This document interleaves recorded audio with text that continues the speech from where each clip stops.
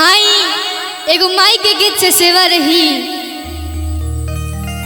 माई अपने भले ना पढ़ रहेली लेकिन अपना बेटा के बेटी के जरूर पढ़ावे ले जाली, जबरदस्ती भेजेली। लड़का ना जाला तो जबरदस्ती भेजेली।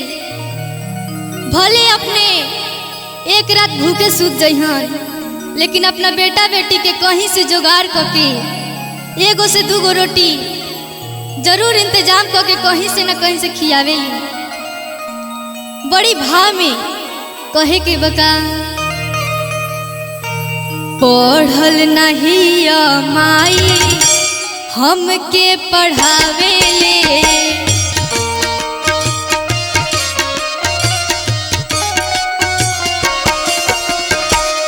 पढ़ल नहीं माई हमके पढ़ावेले।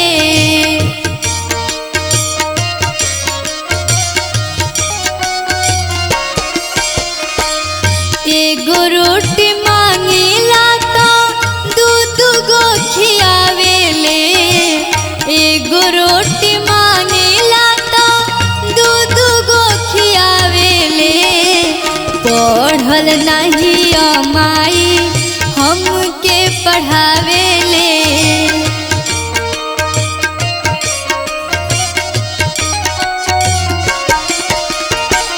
पढ़ल नहीं माई हमके पढ़ावेले।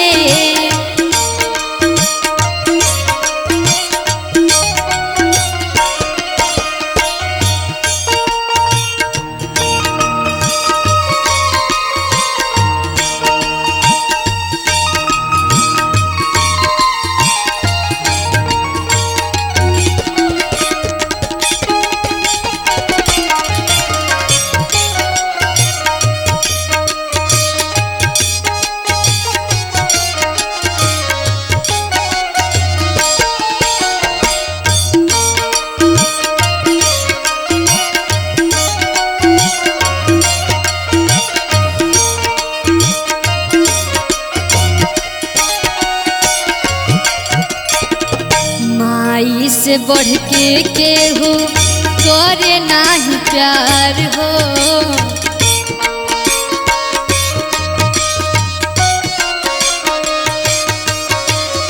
ममता के सागर हई माई हमार हो।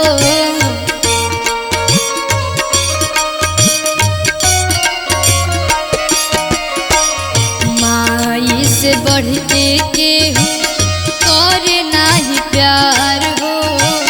ममता के सागर हई माई हमार हो।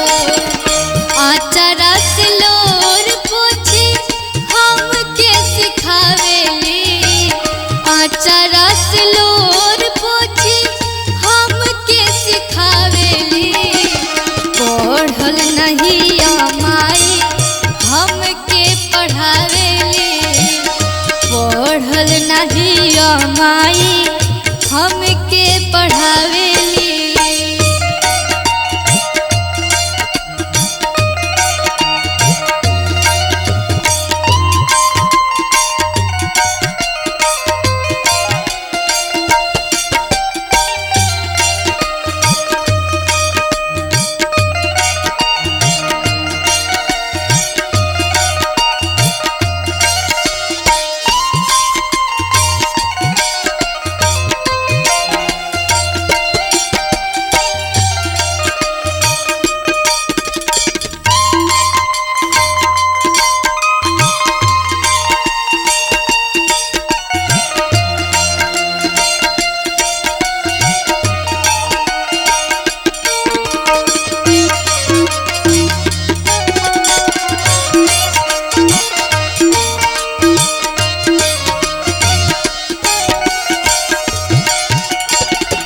कोई के मजदूरी कहीं कोई के काम हो।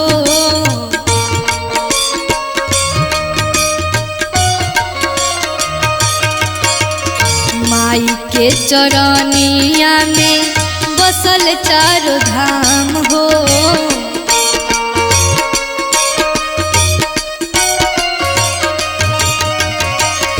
कोई के मजदूरी कहीं कोई के काम हो, माई के चरनिया में बसल चारों धाम हो।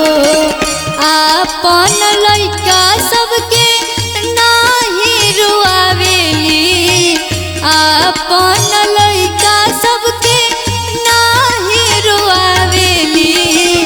पढ़ल नहीं माई हमके पढ़ावेली, पढ़ल नहीं माई हमके पढ़ावेली। एगो रोटी मांगिला ता दू गो खियावेली, एगो रोटी मांगिला ता दू गो खियावेली।